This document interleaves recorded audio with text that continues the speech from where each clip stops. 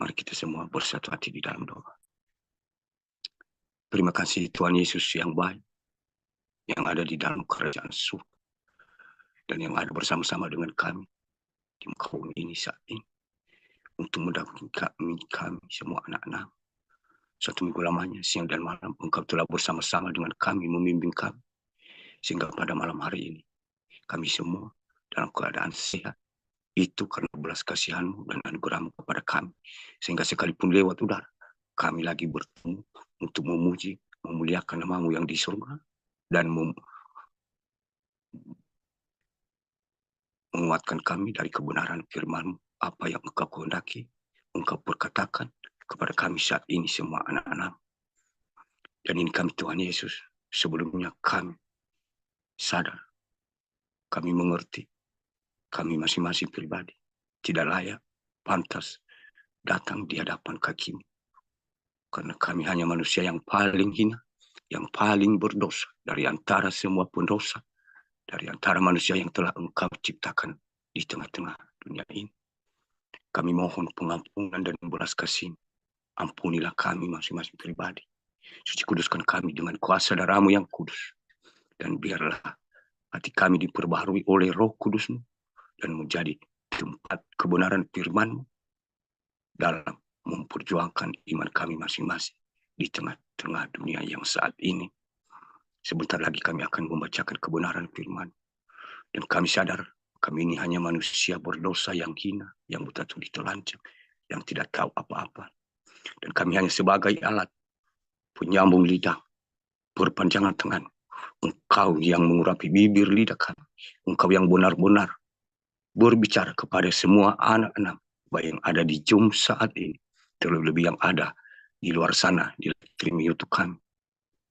Segala kuasa kegelapan, roh-roh penghulu di udara, roh Abaddon, roh Baphomet, segala roh-roh yang sudah saat ini masuk berdiam diri, mengikat anak-anak. Kami sehati, kami seiman, kami seroh, kami patahkan, kami hancurkan dan bebaskan dengan kuasa darah-Mu yang kudus yang telah tercurah dari tiang kayu salib.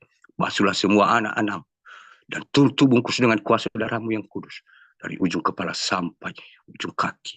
Dan biarlah tiang api yang akan melingkupi kami di malam hari ini dan tiang awan-Mu di siang hari. Dan Engkau yang akan berperang melawan musuh-musuh kami secara tidak kelihatan di dalam nama Tuhan kami Yesus Kristus. Ini doa kami yang tidak sempurna ini. Dan biarlah segala puji, syukur, sembah, sujud, hormat, kuasa, dan kemuliaan kami hanya agungkan di dalam nama Tuhan kami Yesus Kristus. Haleluya. Haleluya. Haleluya. Amin. Bapak, Ibu, saudara-saudariku yang dikasihi di dalam nama Tuhan kita Yesus Kristus, yang menjadi renungan singkat kita pada malam hari ini. Mari kita kutip bersama-sama dari Perjanjian Baru, Injil Yohanes, pasal yang ke-8. Yohanes pasal yang ke-8 ayat 30 sampai yang 36. Sekali lagi, Yohanes pasal yang ke-8 ayat 30 sampai yang ke-36. Kalau kita sudah dapatkan, mari kita bersama-sama membacanya di dalam nama Tuhan kita Yesus Kristus. Yang ke-30. Setelah Yesus mengatakan semuanya itu, banyak orang percaya kepadanya. 31. Maka katanya kepada orang-orang Yahudi yang percaya kepadanya, jikalau kamu tetap dalam firman, kamu benar-benar adalah muridku. Ke-32. Dan kamu akan mengetahui kebenaran, dan kebenaran itu akan memerdekakan kamu. 33. Jawab mereka, kami adalah keturunan Abraham dan tidak pernah menjadi hamba siapapun. Bagaimana engkau dapat berkata, kamu akan merdeka? 34. Kata Yesus kepada mereka, aku berkata kepadamu, sesungguhnya setiap orang yang berbuat dosa adalah hamba dosa. 35. Dan hamba tidak tetap tinggal dalam rumah, tetapi anak tetap tinggal dalam rumah. Yang terakhir 36. Jadi apabila anak itu memerdekakan kamu, kamu pun benar-benar merdeka. Demikian firman Tuhan. Dan sebelum kita membahas secara singkat bersama-sama Bapak Ibu, terlebih dahulu saya menyapa kita semua. Salam Elohim buat panggilan ilahi. Salam Elohim juga buat mempelai. Salam Elohim buat ketiga pasukan. Salam Elohim buat malaikat-malaikat Tuhan, nabi-nabi Tuhan, mempelai Kristus. Dan salam Elohim buat penonton di live streaming YouTube kami. Saya mewakili kami ketiga pasukan. Selamat malam. Selamat bergabung kembali. Selamat beribadah. Salam damai sukacita. Kasih. Biar segala puji syukur, hormat, kuasa, dan kemuliaan bagi nama Tuhan kita Yesus. Haleluya. Amin. Dari kebenaran firman Tuhan yang telah kita bacakan ini Bapak Ibu, saya yakin kita orang-orang yang percaya kepada Tuhan Yesus sudah mengerti, sudah mengetahui, bahkan sudah menjadi darah daging kita masing-masing pribadi. Sebenarnya tanpa saya jelaskan, sebelumnya kita sudah mengerti sebelumnya. Dan secara singkat, mari kita bahas bersama-sama apa tujuan dari kebenaran firman Tuhan ini yang disampaikan kepada kita pada malam hari ini. Dan kalau kita lihat di sini Bapak Ibu, ini judulnya kebenaran yang memerdekakan. Nah, kalau kita perhatikan Bapak Ibu, kita umpamakan dalam kehidupan sehari-hari hidup di dunia ini. Kalau kita ini ada dalam perbudakan, belum merdeka, mungkin kita bisa rasakan secara manusia jasmani. Kita tahu bahwa yang dikatakan sebagai budak atau yang dijajah, berarti itu sekalipun kita sama-sama manusia, tapi di mata sesama kita itu, kita ini lebih berharga binatang, lebih disayang seekor binatang, lebih dipelihara daripada seorang budak. Karena dia adalah budak. Segala sesuatu, baik yang buruk, yang tidak baik, harus dipaksakan dalam keadaan paksa. Nah, segala sesuatu yang kita lakukan, kita tidak senang, tidak tenang. Dan secara manusia jasmani, kita ini berpikir, bagaimana supaya saya bisa terlepas, terbebas, sehingga saya bisa merdeka. Nah, itu secara manusia jasmani. Nah, secara manusia rohani, dari kebenaran firman Tuhan ini kita tidak bahas satu persatu, satu ayat per ayat. Namun secara umum, berarti kita ini semua anak-anak Tuhan Yesus Kristus yang percaya kepada Tuhan Yesus, yang percaya kepada juga seperti orang Farisi ini adalah kita keturunan Abraham. Orang-orang beriman. Kita tidak pilih orang-orang yang tidak beriman atau orang-orang yang berkhianat. Kalau kita dikatakan saya ini ya termasuk hamba Tuhan. Dan hamba Tuhan itu zaman dulu berarti itu rasul-rasul, murid-murid Tuhan Yesus. Tapi kita tidak pilih bahwa saya ini termasuk Yudas. Karena kita tahu bahwa itu salah. Dan itu tidak benar menurut penilaian kita.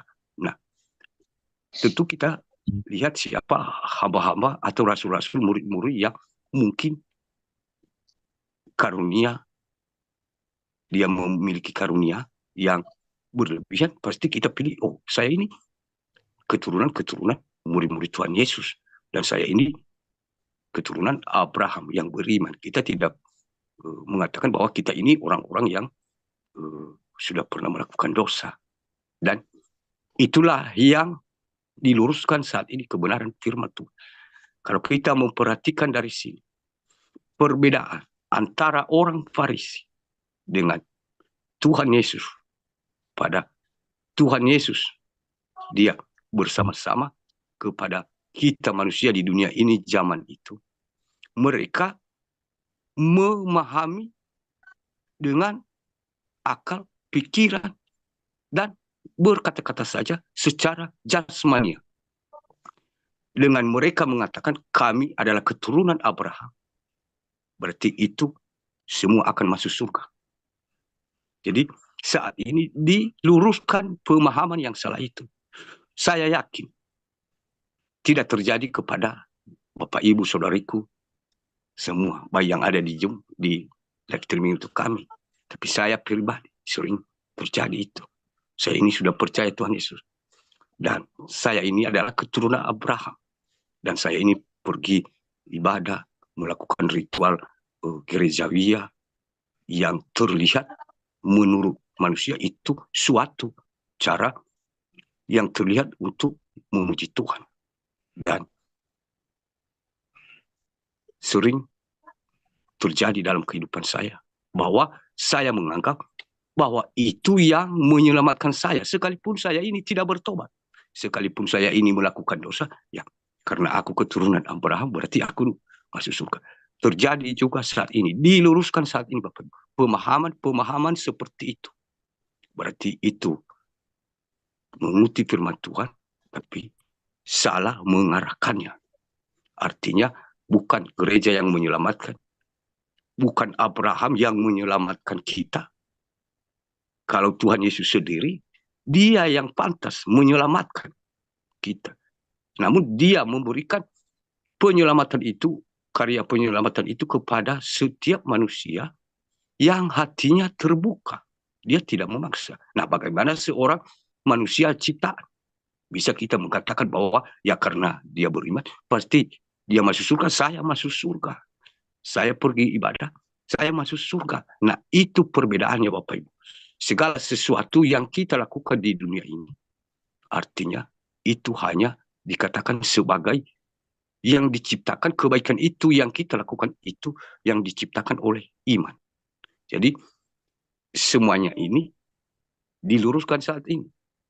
Jangan kita juga berkata, sekalipun tidak terjadi dalam kehidupan kita anak-anak Tuhan, yang seperti orang Farisi ini, menganggap bahwa itu yang menyelamatkan.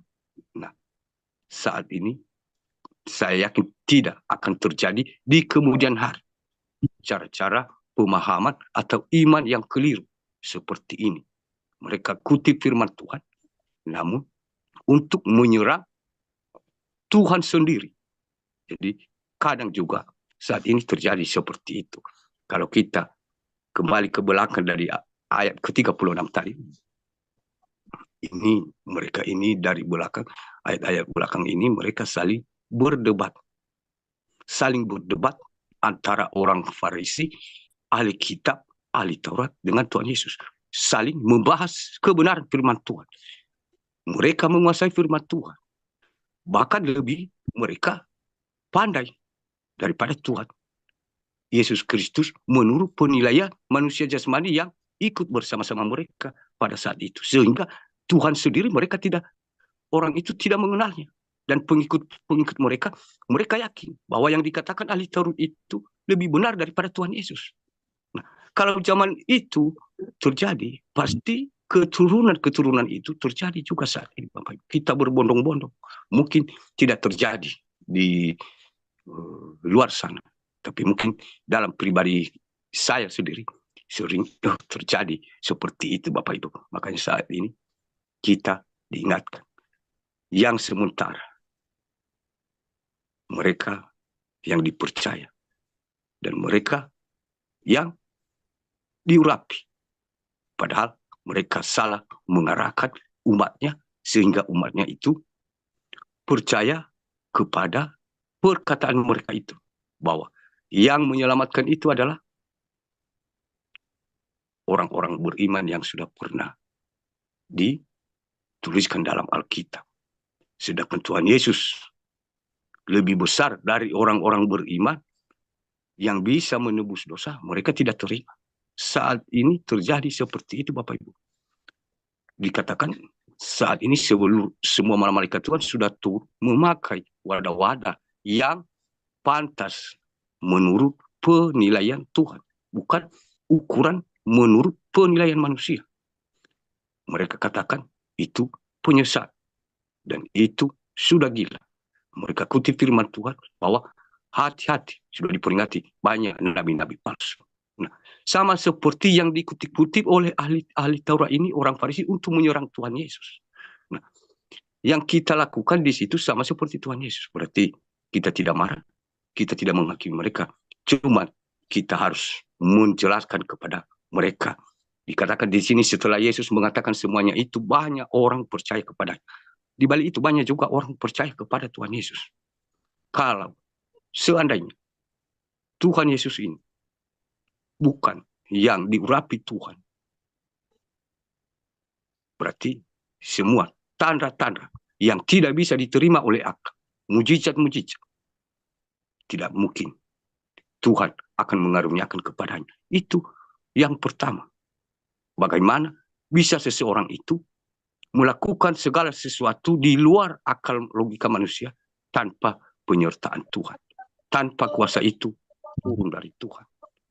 Itu yang percaya mereka lihat. Berarti walaupun secara berkata-kata bahwa dia dikatakan sesat, padahal tidak terbukti dia tidak melakukan kesesatan. Dan yang dia lakukan adalah untuk menyembuhkan yang buta melihat dan yang lumpuh berjalan. Dan itu gambaran dari cara-cara iman. Sekalipun kita tidak lumpuh, tidak buta, tapi iman kita ini kadang lumpuh, kadang buta. Tapi kita tidak bahas itu. Hanya ini yang kita bahas secara singkat. Maka katanya kepada orang Yahudi yang percaya kepadanya, jika kamu tetap dalam firman, kamu benar-benar adalah muridku. Nah, menjadi murid ini Bapak Ibu, kalau kita ibarat seorang, misalkan ini lebih jauh kalau antara guru dan anak sekolah. Tapi seperti yang mungkin ya berguru ini Bapak, pasti ada syarat-syaratnya. Dengan tidak memenuhi persyaratan itu, berarti pasti dia tidak dianggap sebagai murid. Nah, Tuhan Yesus di sini mengatakan, jikalau kamu tetap dalam firman-Ku, kamu benar-benar adalah murid-Ku. Menjadi murid Tuhan Yesus berarti harus tetap dalam firman-Nya. Bukan hanya berkata-kata seperti ahli Taurat. Bukan hanya secara yang terlihat oleh mata jasmani dan dipuji-puji oleh orang banyak, tepuk-tepuk tangan. Padahal kita keluar dari firman-Nya. Kita pakai firman-Nya tapi untuk ditunjukkan kepada orang lain. Seakan-akan kita di luar sama seperti Tuhan Yesus. Karena Tuhan Yesus itu mungkin kita hambanya, ya kita samakan diri kita bahwa hanya kita yang mengatakan saja kepada mereka semua berlaku. Saat ini kita diingatkan Bapak Ibu bahwa kita harus tetap dalam firman-Nya. Firman-Nya itu ada banyak di situ Bapak Ibu. Yang pertama, kasih itu dasar dari semuanya Bapak Ibu. Kasih.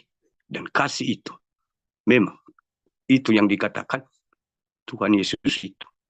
Dia rela berkorban hanya karena kasih karunia kita diselamatkan. Dan bukan dalam arti kasih karunia itu gratis.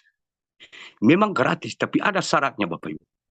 Ada syaratnya. Bukan dalam arti kita terus melakukan dosa. Tuhan Yesus sudah menebus kita, berarti kita seenak kita melakukan dosa. Seakan-akan menjadi budak dosa kita Tuhan Yesus itu. Jadi ada persyaratannya. Jadi kita tahu semuanya apa syarat-syaratnya, kita tidak bahas. Namun diingatkan kepada kita bahwa kita tetap dalam firman-Nya sehingga kita benar-benar adalah murid-Nya. Dan diteruskan. Dan kamu akan mengetahui kebenaran. Dan kebenaran itu akan memerdekakan kamu. Nah, kebenaran itu adalah kita tahu mengerti semuanya Bapak Ibu. Apa yang dikatakan kebenaran. Sesuatu yang kita bisa nilai secara manusia jasmani. Mungkin secara kebenaran firman Tuhan. Kita bisa tahu. Seperti yang dikatakan oleh ahli-ahli Farisi ini ahli-ahli Taurat ini. Bagaimana cara mereka untuk memakai firman Tuhan itu untuk menyerang Tuhan Yesus sendiri. Mereka mengutip, mengatakan ini penyesat, mengutip kebenaran firman Tuhan. Padahal satu pun tidak ada yang dianggap kesesatan yang dilakukan oleh Tuhan Yesus. Malah yang melakukan kesesatan itu mereka sendiri, tapi mereka menjadikan alat mereka kebenaran firman Tuhan itu seakan-akan membungkus dengan firman Tuhan itu sendiri, kesalahan mereka itu supaya banyak yang tertipu. Dan diingatkan di sini Bapak Ibu, kita harus waspada. Karena saat ini juga itu terjadi. Kebenaran itu kita bisa tahu. Kita bisa nilai. Sebagaimanapun orang itu berpura-pura baik. Orang itu berpura-pura ramah, lembut, dan lain-lain. Pasti suatu saat lama-kelamaan pasti terbongkar. Istilahnya, ular adalah tetap ular. Bagaimanapun cara ular itu, dia mengubah kulitnya supaya menjadi belut, pasti ular tetap ular. Dari situ kita tahu. Berarti kita tahu apakah ini benar atau salah. Nah, dikatakan jawab mereka, kami adalah keturunan Abraham dan tidak pernah menjadi hamba siapapun. Bagaimana engkau dapat berkata kamu akan merdeka? Nah, di sini lagi Bapak Ibu, mereka lagi berbicara secara jasmania yang tertuju, yang bisa dibuktikan oleh mata. Mereka lagi paksakan Tuhan Yesus itu seakan-akan supaya Tuhan Yesus itu berpihak dan mengiyakan pikiran mereka itu yang menyesatkan itu, bahwa yang menyelamatkan itu adalah seperti kami adalah keturunan Abraham dan tidak pernah menjadi hamba siapapun. Nah, yang dimaksudkan Tuhan Yesus artinya bukan hamba manusia duniawi ini karena miskin dan karena tidak ada kedudukannya. Jadi dia dikatakan hamba. Dari mana kita tahu? Dari ayat berikutnya kata Yesus kepada mereka, aku berkata kepadamu sesungguhnya setiap orang yang berbuat dosa adalah hamba dosa. Dan kita mengerti di sini dijelaskan oleh Tuhan Yesus sendiri bahwa yang berbuat dosa itu adalah hamba dosa. Nah, di sini ada dua pemahaman yang berbeda. Mereka memahami secara jasmania, secara logika, secara akal, dan berbicara Tuhan Yesus secara rohani. Mereka berkatakan hanya berlaku sampai seumur hidup ini. Artinya mereka berkata-kata kita ini semua yang diberkati, kita ini semua yang dikasihi, diampuni, dan diselamatkan, dan kita ini semua sudah disediakan rumah kita untuk masuk di surga. Nah, artinya seakan-akan secara manusia jasmani kita mendengarnya ya sangat suka cita kita, sehingga kita itu bertepuk-tepuk tangan dan mengatakan saja ya, ya, amin, puji Tuhan, kasih Tuhan itu sangat luar biasa, puji Tuhan. Nah, menurut kata Tuhan Yesus di sini, artinya sifat perbuatan kita sehari-hari, bagaimana roh Tuhan itu bisa berdiam dalam diri kita. Ketika ada dosa, itu ibarat seperti awan dengan matahari. Ketika matahari itu, walaupun dia di siang hari, ketika ada awan, awan putih saja berarti mungkin teriknya atau sinarnya, cahayanya berarti mendung. Apalagi kalau awan itu gelap, berarti itu sudah sangat gelap dunia ini.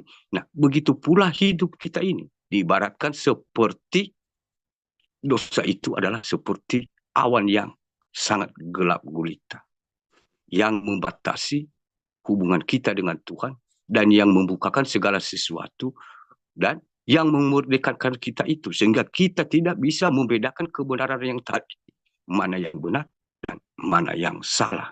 Jadi makanya dikatakan di sini, sesungguhnya setiap orang yang berbuat dosa adalah hamba dosa.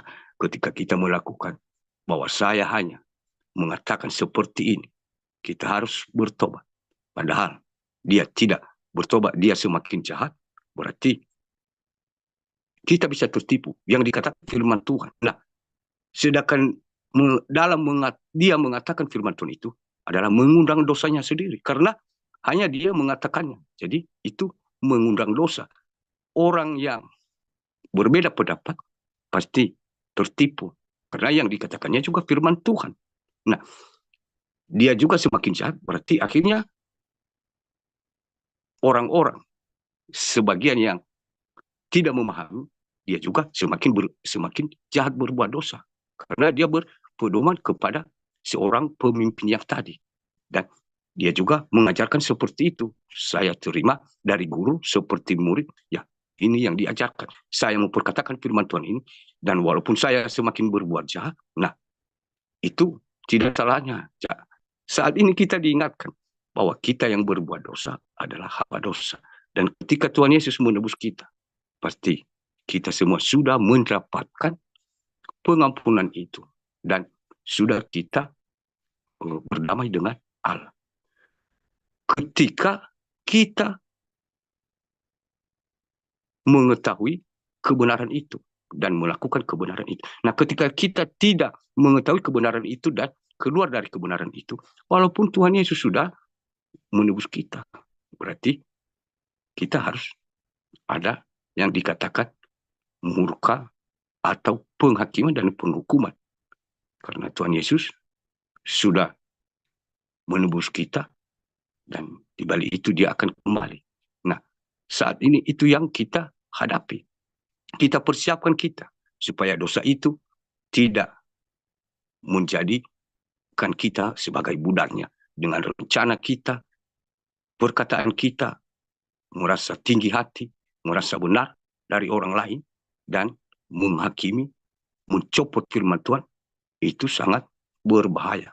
Artinya, itu keluar dari kebenaran firman Tuhan. Kebenaran firman Tuhan yang dikatakan, tapi tidak menjadi firman Tuhan itu menjadi sebuah petunjuk bagaimana mengubah hidup kita sendiri. Berarti itu termasuk yang membuat dosa, berbuat dosa. Kita mengundang dosa. Firman Tuhan tadi bisa menjadi dosa karena firman Tuhan itu pedang bermata dua. Jadi bisa kita sendiri yang membahayakan kita dan bisa juga menyelamatkan orang lain dan bisa juga membahayakan orang lain. Ketika kita melakukan dosa, memperkatakan firman Tuhan dan kita berbuat jahat, orang itu pasti juga ikut-ikutan. Malah dia lebih parah berbuat dosa. Jadi kita diingatkan bahwa kita, saya yakin, bukan hamba dosa, tapi kita semua bukan juga hamba manusia, sekalipun hamba manusia di dunia ini, tapi kita semua hamba Tuhan. Saya yakin, baik yang ada di Zoom dan di luar sana, kita semua sudah menjadi hamba Tuhan. Dan hamba tidak tetap tinggal dalam rumah, tetapi anak tetap tinggal dalam rumah. Nah, itu lagi perbedaannya. Artinya hamba ini seperti yang aku katakan tadi. Berarti dia hanya disuruh-suruh dan apapun isi hati majikan, dia tidak perlu tahu. Dan tanpa diceritakan pun kepadanya, itu tidak masalah. Nah, berbeda dengan anak tinggal dalam rumah. Atau dikatakan bisa ahli waris ya.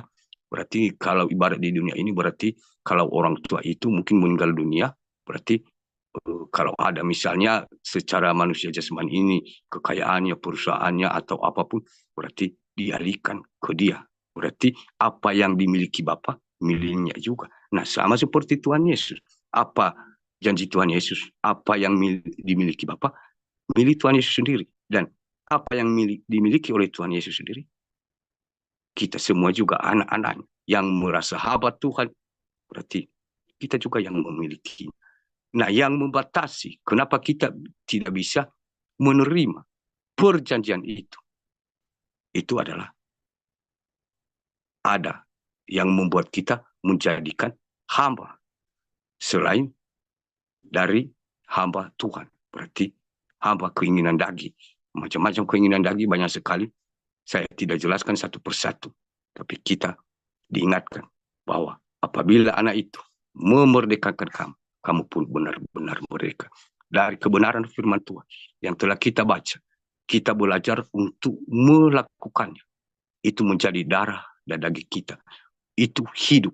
Sehingga pada saat dosa itu, tanpa kita sadari, dia datang kepada kita dengan tiba-tiba. Berarti firman Tuhan yang tadi, seakan-akan mereka saling menyerang. hidup firman Tuhan tadi berkata, ini segala sesuatu yang akan melakukan, berarti ya terlebih dahulu ya libatkan kuasa Tuhan. Nah, kalau memang belum hidup, pasti kita berkata tidak apa-apa. Baru kita ingat, sudah kita mulai bekerja 1 jam, baru kita ingat. Nah, itulah perbedaannya kalau kita masih belum merdeka. Merdeka itu yang dimaksud pelaku firman Tuhan. Belajar sesuai kemampuan, bukan dipaksakan. Nah, di situ dikatakan kita lepas dari perbudakan dosa. Kita bisa bedakan mana dosa, mana yang bukan dosa. Mana yang benar, mana yang salah. Dan kita di mata Tuhan sudah merdeka. Sekalipun secara manusia jasmani kita diintimidasi, dihina, dan lain-lain. Pasti itu juga suatu cara membentuk roh kita ini, membentuk supaya kita ini menjadi hamba Tuhan yang benar-benar dipakainya. Itu juga cara Tuhan untuk membentuk kita. Sehingga bisa terlihat secara jasmani dari perbuatan kita yang kita lakukan. Dan secara rohani juga bisa terlihat. Nah, kalau kita perhatikan Bapak Ibu, saya yakin dari kebenaran firman Tuhan ini, kita semua tidak terlibat. Karena kita bukan hamba dosa, dan bukan hamba manusia, bukan hamba dunia. Tapi saya yakin kita semua hamba Tuhan, karena kita semua sudah dimerdekakan oleh kebenaran firman Tuhan. Sudah ditebus oleh Tuhan Yesus, dan setelah itu diberi kita peraturan kebenaran firman Tuhan. Pasti kita sudah merdeka semuanya. Namun diingatkan kepada kita, apabila kita masih ragu-ragu, masih mendua hati, kita bereskan di hadapan Tuhan. Sehingga kita ini benar-benar jadi anak, bukan jadi hamba. Karena saat ini si jahat pintar. Dia menyamar sebagai penyelamat. Banyak sekali caranya untuk menjatuhkan kita. Dan tanpa kebenaran firman Tuhan ini, tidak bisa kita merdeka. Artinya inilah senjata kita, ibarat peperangan secara duniawi. Kita berperang melawan musuh itu, sehingga kita itu tidak dijajah lagi. Berarti tanpa kita memakai alat untuk melawan musuh itu, kita tidak pernah merdeka. Begitu pula roh kita ini. Tanpa kita mengubah sifat hidup kita ini, hati kita ini. Walaupun kita ini mengatakan firman Tuhan, ikut ibadah, dan sama sekali tidak ada kuasanya, dan kita tidak bisa merasakannya, karena kita sudah ada yang membatasi, adalah hati kita sendiri. Makanya saat ini Bapak Ibu, kita diingatkan bahwa yang memerdekakan baik secara jasmani dan secara rohani, apapun yang ada di dunia ini, hanya kebenaran firman Tuhan. Sehingga kita bisa membedakan mana yang salah. Sehingga dosa itu tidak akan menjadikan kita sebagai budak. Karena kita tahu dari kebenaran firman Tuhan yang sudah kita hidupkan. Oh, ini dosa. Kalau aku hakimi orang ini diam-diam, berarti ini dosa. Siapa saya ini? Tuhan tidak menghakimi, malah saya ini menghakimi. Jadi dari situ itu yang memerdekakan kita. Itu senjata kita. Dan itu yang akan menjadikan kita sebagai anak. Sehingga apa rahasia-rahasia tersembunyi kepada anak jauh sebelumnya dibukakan. Sedangkan kepada hamba sama sekali tidak dibukakan.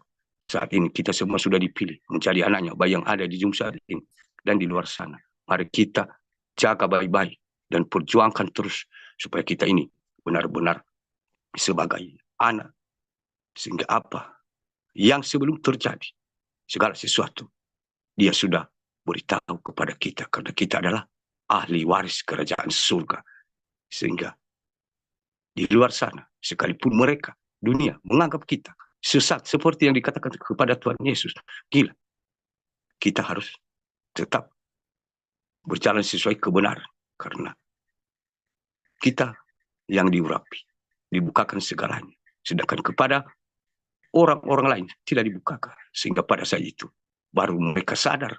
Tapi itu dikatakan semuanya juga penyesalan terlambat. Namun sebelum itu, mari kita persiapkan hati kita. Mari kita memerdekakan kita sendiri. Bukan orang lain yang memerdekakan kita, tapi hati kita Mari kita merdekakan kita lewat kebenaran firman Tuhan, karya penyelamatan Tuhan Yesus, sehingga bisa kita menerima jaminan sebagai anak dan bukan lagi hamba dosa, tapi menjadi hamba Tuhan. Demikian firman Tuhan. Mungkin ada yang kekurangan, banyak sekali kekurangan secara manusia jasmani, dan biarlah Roh Kudus yang akan menjelaskan lebih dalam lagi di dalam hati Bapak Ibu, yang ada di hijau, terlebih yang ada di luar sana. Dan biar segala puji, syukur, hormat, kuasa, kemuliaan hanya bagi nama Tuhan kita Yesus Kristus. Haleluya. Amin. Dan mari kita tutup ibadah kita. Mari kita semua bersatu hati di dalam doa. Haleluya. Haleluya. Haleluya. Terima kasih Tuhan Yesus atas belas kasih-Mu kepada kami semua anak-anak.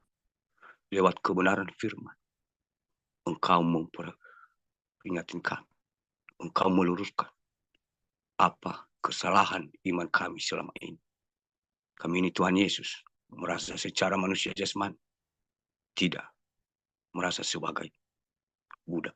Namun Engkau memperjelaskan bahwa ketika kami melakukan dosa tidak sesuai kebenaran firman-Mu yang kami lakukan, berarti di hadapan kami ini sudah menjadi hamba dosa, bukan hamba yang Engkau urapi. Kami mohon Tuhan Yesus, dari kebenaran firman, Engkaulah yang berkata-kata dalam hati kami. Roh Kudus-Mu lah yang mengajari kami, sehingga kami benar-benar dimerdekakan masing-masing pribadi. Dan kami bisa menjadi anak yang menerima ahli waris, sehingga segala sesuatu apa yang Bapa kehendaki, kami juga bisa mendengarkannya dengan kuasa darah-Mu yang kudus. Tutup bungkus kami dengan kebenaran firman-Mu, sehingga bisa menjadi terang dalam memperjuangkan iman kami di tengah-tengah dunia yang gelap saat ini. Terlebih-lebih Tuhan Yesus, Engkau mengetahui anak-anak-Mu saat ini, baik yang ada di Zoom dan di luar sana. Engkau mengerti apa pergumulan hati mereka masing-masing, sakit, penyakit, apapun yang mereka derita. Engkau Tuhan Yesus berbelas kasihan. Beri mereka cara-Mu sendiri, supaya bisa menyembuhkan, dan bisa mereka tetap memuji memuliakan nama-Mu. Terlebih-lebih di ketiga grup ini. Dan di luar sana anak-anak-Mu yang percaya kepada Engkau. Saat ini Tuhan Yesus, Engkau mengetahui, satupun tidak ada yang tersembunyi bagi anak-anak-Mu saat ini yang dipakai oleh si jahat tanpa mereka sadari Tuhan Yesus. Di ketiga pasukan ini, kami mohon Tuhan Yesus, kuatkanlah mereka untuk melawan, untuk berperang melawan roh-roh tersebut Tuhan Yesus yang merasuki pikiran, hati, dan mengendalikan tubuh mereka, jiwa, roh mereka tanpa mereka sadari. Biarlah turun Roh Kudus, Engkau mengabulkan apa permintaan mereka, kalau memang mereka meminta dengan kerendahan hati dan bertobat dengan sungguh-sungguh. Engkau bersama-sama dengan mereka Tuhan Yesus. Lawanlah musuh-musuh mereka dan bebaskanlah mereka dari kuasa-kuasa kegelapan tersebut, sehingga anak-anak bisa merdeka seperti yang Engkau katakan lewat kebenaran firman. Saat ini Tuhan Yesus, dunia sudah terguncang dan tidak baik-baik saja muka. Bencana alam terjadi di mana-mana. Sakit, penyakit, sampar, kelaparan, keracunan. Terlebih-lebih segala kuasa-kuasa si jahat yang akan menawan anak-anak dengan cara aturan sistem. Tuhan Yesus, Engkau membentengi semua anak-anak di mana saja mereka berada, di jalan-jalan yang mereka tempuh, di rumah-rumah, di halaman-halaman mereka, di aktivitas mereka, di kota-kota mereka. Engkau tutup bungkus mereka dengan kuasa darah-Mu yang kudus. Dan biarlah tiang api-Mu yang melingkupi mereka di malam hari, dan tiang awan-Mu di siang hari. Dan Engkaulah nyatakan kuasa-Mu, Engkau yang berperang melawan musuh-musuh mereka. Dan mereka hanya tinggal diam dan menonton. Ini doa kami yang tidak sempurna ini. Dan biarlah segala puji, syukur, hormat, kuasa, kemuliaan hanya bagi nama Tuhan kami Yesus Kristus, yang telah mengajarkan kami kepada Bapa di surga dengan doa yang sempurna. Mari bersama-sama Bapak Ibu. Bapa kami yang di surga, Dikuduskanlah nama-Mu. Datanglah kerajaan. Jadilah kehendak di bumi seperti di surga. Berikanlah kami pada hari ini makanan kami yang secukupnya. Dan ampunilah kami akan segala kesalahan kami. Seperti kami juga mengampuni orang yang bersalah kepada kami. Dan janganlah membawa kami ke dalam pencobaan. Tetapi lepaskanlah kami daripada yang jahat. Karena Engkau yang mempunyai kerajaan dan kuasa dan kemuliaan sampai selama-lamanya. Sama-sama kita katakan, amin. Siapkanlah hati Bapak Ibu. Dan terimalah berkat rohani dan berkat jasmani dari Tuhan kita Yesus Kristus. Tuhan memberkati engkau dan melindungi engkau. Tuhan menyinari engkau dengan wajahnya dan memberi engkau kasih karunia. Tuhan menghadapkan wajahnya kepadamu dan memberi engkau damai sejahtera. Dahulu, sekarang, dan sampai selama-lamanya. Haleluya, haleluya, haleluya. Tuhan yang akan berperang melawan semua musuh-musuh. Dan engkau hanya tinggal diam dan menonton di dalam nama Tuhan Yesus Kristus. Haleluya, haleluya, haleluya. Amin. Ibadah selesai. Salam Elohim bagi kita semua. Selamat malam. Tuhan Yesus memberkati selalu. Haleluya. Amin. Sebenarnya tidak ada yang saya sampaikan karena ya kita semua sama-sama setiap doa, setiap ibadah kita saling menguatkan, mengingatkan sesama kita, anak-anak Tuhan, bahwa kita selalu berdoa dan berjaga-jaga. Nah, saya tidak ada lagi yang bisa saya tambahkan. Cuman saja yang aku katakan, ya, kita ini kan ibarat emas. Jadi emas itu secara manusia jasmani berarti diburu oleh semua orang duniawi. Nah, begitu pula roh kita ini ibarat emas di mata si jahat. Jadi dia berusaha untuk memburu. Nah,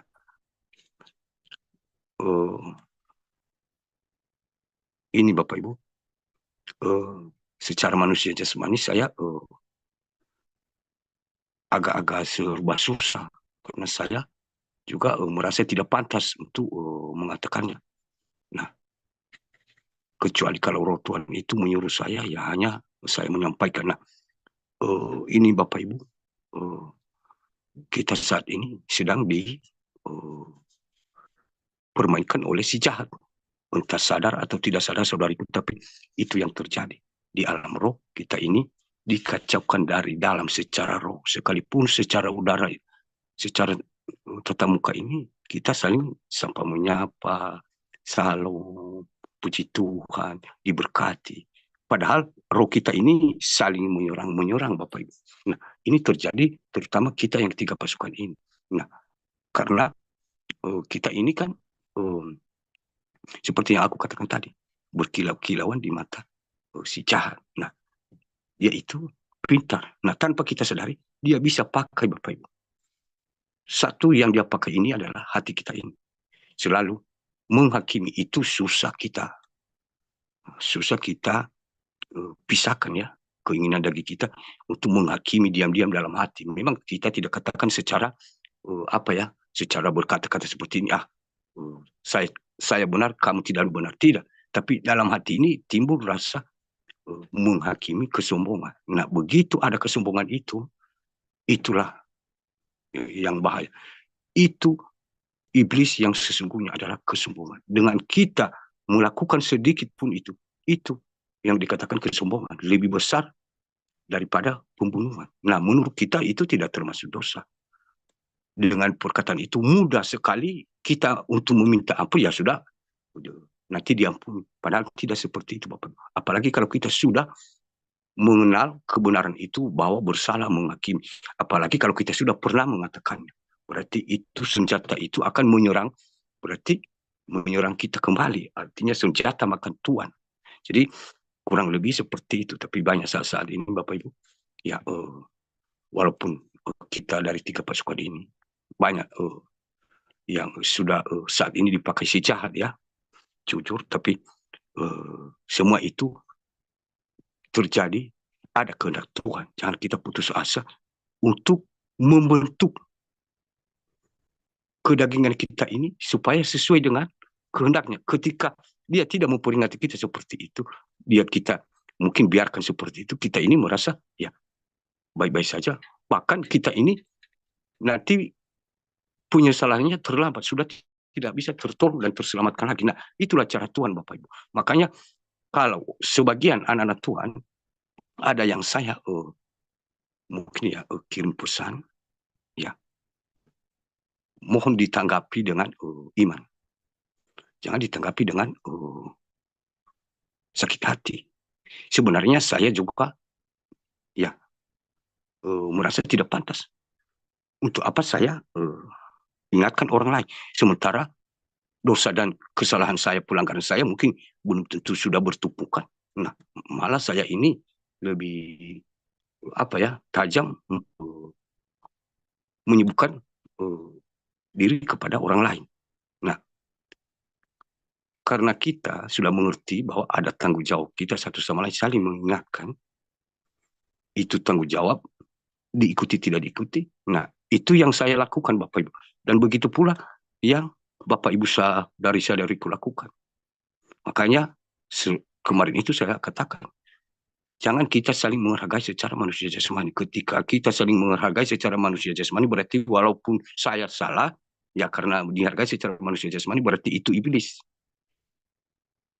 Itu setan. Karena kebenaran firman Tuhan itu, siapapun dia, baik dia yang dihargai menurut kita, itu pisahkan. Kita harus memisahkan. Karena itulah kebenaran firman Tuhan. Dipisahkan antara daging dan hati. Harus kita bisa pisahkan. Jangan segan untuk memberitahu. Nah, begitu pula saya ini sebenarnya segan, tapi ketika Roh Tuhan itu menyuruh saya, ya aku harus katakan. Dan bukan dalam arti kita menanggapinya kadang ya tidak sesuai dengan kehendak kita. Menurut kita ya, kenapa Tuhan itu ya jahat kepada saya? Kenapa dia itu seperti membiarkan saya? Padahal Tuhan itu tidak mencobai kita, Bapak Ibu. Kadang kita itu yang kadang keluar. Dan itu peringatan Tuhan, belas kasihan Tuhan itu kan ya tanda-tanda dihajar dan ditegur. Nah, ketika ditegur, ya itu perbedaannya. Kalau secara manusia jasmani, ditegur itu kita sakit hati dan merasa direndahkan. Secara kita manusia roh, berarti itu tanda kasih, cinta, kasih sayang Tuhan kepada kita. Nah, itu perbedaannya. Nah, kalau kita menanggapinya secara manusia jasmani, berarti kita ini ya tidak ada gunanya, masih belum kita hidup secara rohani. Roh. Berarti kalau kita sudah hidup secara roh, berarti ya kita tidak memakai perasaan seperti ini. Saya ini dihakimi dan dia ini merasa benar. Nah, apalagi kalau kita kan berbicara, saling curhat kepada sesama grup, sesama teman. Ya, mohon maaf saya katakan. Karena kita ini ya bisa, saya ini ya bisa mungkin sekalipun kita berhadapan lewat udara saat ini, lewat layar, ya, pergerakan saya semua kalian tidak tahu. Dan begitu pula saya dengan pergerakan saudariku. Nah, apalagi kalau kita tidak berhadapan dengan kamera. Mungkin kita berpikir, oh bagaimana dia tahu.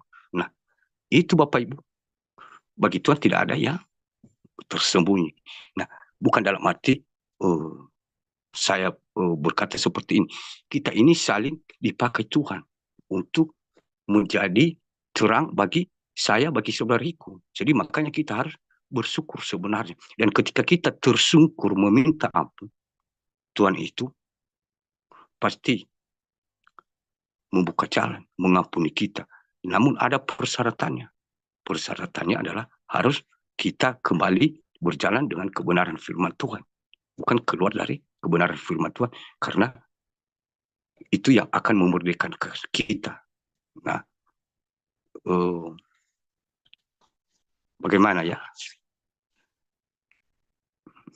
Sebenarnya mungkin ya ada sebagian juga yang merasa entah bagaimana ya, mungkin dia menyalahkan saya secara manusia jasmani. Nah, saat ini ya aku jelaskan. Saya kan hanya yang diperintahkan. Dan ketika saudariku, saya sudah beritahukan, dan ketika saudariku berpura-pura sukacita secara berhadapan, dan hati saudariku tidak sesuai dengan yang diungkapkan lewat mulut. Terima kasih, terima kasih. Tuhan itu baik, sangat baik. Padahal dalam hatinya bukan seperti itu. Hanya menipu saja di bibir. Ketahuilah saudariku, saya hanya sebagai alat untuk memberitahu, menyelamatkan saudariku. Dan kalau saudariku mungkin menyalahkan saya, ketahui bahwa Tuhan yang Maha Kuasa yang akan berhadapan dengan engkau. Karena kau tidak mau diingatkan. Dan bukan saya juga mengatakan bahwa saya ini lebih benar, lebih kudus. Tidak, saya hanya manusia berdosa. Dan ketika saya didesak oleh Roh, nah bagaimana? Saya harus melaksanakan, memberitahunya. Jadi kita semua sadar sebenarnya. Untuk apa kita ini beberapa tahun sudah dilatih dengan kebenaran firman Tuhan. Untuk mengetahui mana yang dari Tuhan, mana yang bukan dari Tuhan. Nah, sementara sifat kita yang kedagingan ini, dendam dan membibirkan Tuhan, berarti masih belum bisa kita lepaskan. Nah, itulah masalahnya Bapak Ibu. Dan ini puji Tuhan ya, kita saat ini ya satu persatu juga ada yang terbebas dari kuasa si jahat kalau kita bertobat.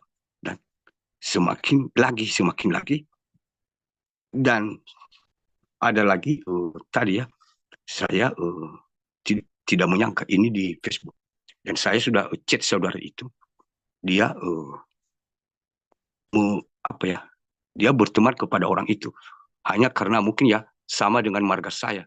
Padahal sebenarnya kalau dia mengetahui bahwa, nah kalau sama dengan marga saya, kenapa Pak Iman tidak berteman dengan? Berarti ada yang tidak beres. Nah, itu hati-hati. Memang saya tidak melarang, asalkan roh kita itu kuat. Karena mereka bermain di alam roh. Dan kalau kita hanya secara berhura-hura lewat sosmed, itu sangat membahayakan. Dan tadi ya mohon maaf, saya tidak sebutkan, dan saya sudah kirim kepada saudara kita, tolong hapus. Kalau itu pun kalau setuju. Kalau tidak, ya tidak apa-apa. Asalkan roh saudariku kuat, tapi di alam roh. Kalau ketiga pribadi di alam roh, ya dia mengancam. Nah, bagaimana kita ini di dunia ini sekuat apa? Makanya kita itu kadang, kenapa aku ini begini-begini? Padahal sudah tersembunyi. Kita tidak tahu kan ini tadi. Nah, itulah satu yang aku katakan. Ya, harus kita pintar-pintar menguji roh. Walaupun mereka memakai sepatu putih, kaos sepatu putih, semua putih, dan semua dibingkai dengan mungkin tanda salib. Jangan kita mudah percaya. Harus kita, roh kita ini kan bermain dalam roh kita nanti itu yang akan mereka serang. Nah, di dunia ini karena kita tidak tahu menahu, nah kita semakin bingung. Berarti Tuhan ini ada atau enggak. Nah, itu kesalahan kita sendiri. Makanya kita hati-hati. Karena musuh kita itu lebih banyak. Kalau 144.000 misalnya kebenaran firman Tuhan yang akan dibawa masuk ke dalam kerajaan 1000 tahun. Nah, sedangkan manusia saja di muka bumi ini berapa banyak? Nah, kalau kita bandingkan 144.000 melawan dari sekian jumlah banyak secara manusia jasmani, kalau secara manusia jasmani ini berapa kali lipat, tidak sebanding. Nah, begitu pula si jahat ini. Karena si jahat ini di mana-mana mereka ada. Jangan kita berpikir, hanya di sini, hanya dalam grup ini, hanya dalam grup ini. Semua ada kaki tangannya. Sama seperti dunia ini. Negara Indonesia ada semua penjabat dari RT, RW, sampai presiden. Di negara lain begitu pula kan. Ada semua, tapi seperti itu Bapak Ibu. Si jahat itu juga seperti itu kerajaannya, negara-negaranya. Nah, karena kita kadang tidak tahu, nah kita anggap ya mungkin hanya di pasukan ini ada, mungkin di luar sana tidak. Jadi mereka ya ini senang. Ya makanya saya ingatkan, karena ada mereka di luar sana, banyak mereka. Jadi jangan kita, tidak apa-apa kalau memang kan roh kita ini kuat, tapi ketika roh kita tidak kuat, akan kita mengalami secara jasmani ini ya. Syukur-syukur kalau memang hanya ya kegelisahan, ketakutan, dan seakan-akan tidak merasakan kedamaian, hilang sukacita. Itu karena sudah mulai dipermainkan kita di alam roh. Nah, sementara kita tidak tahu, kan tahu menahu, akhirnya kita dipermainkan. Apalagi kalau kita diserang. itu sangat berbahaya secara tubuh jasmani ini. Makanya saya katakan yang kita harus berjaga-jaga. Dan namun kita tidak perlu takut kalau kita merasa bahwa kita memang kuat. Ya, silakan. Silakan, kita juga kan belajar. Jadi kurang lebih ya, yang aku katakan seperti begitu. Dan saya katakan kita semua anak-anak yang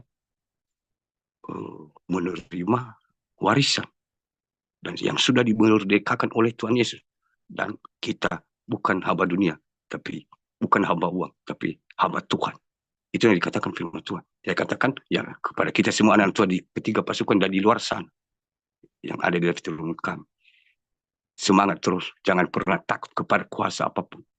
Sudah kita punya kuasa sebenarnya. Cuma kita yang meragukan kuasa itu sehingga dia tidak berkuasa. Karena kita menduakan hati apakah ya ini ya tidak ya. Jadi kuasa itu sudah ada di tangan kita karena kita adalah anak. Terima kasih banyak. Kalau ada yang kurang berkenan, mohon dimaafkan. Shalom kepada Bapak Surgawi dan mempelai dan ketiga pasukan dan yang ada di luar Zoom Live ya, yang ada nonton di YouTube. Aku hanya memberi tambahan sedikit saja ya. Kalau kalian itu bersaksi ya, dunia itu sangat ketakutan ya, sangat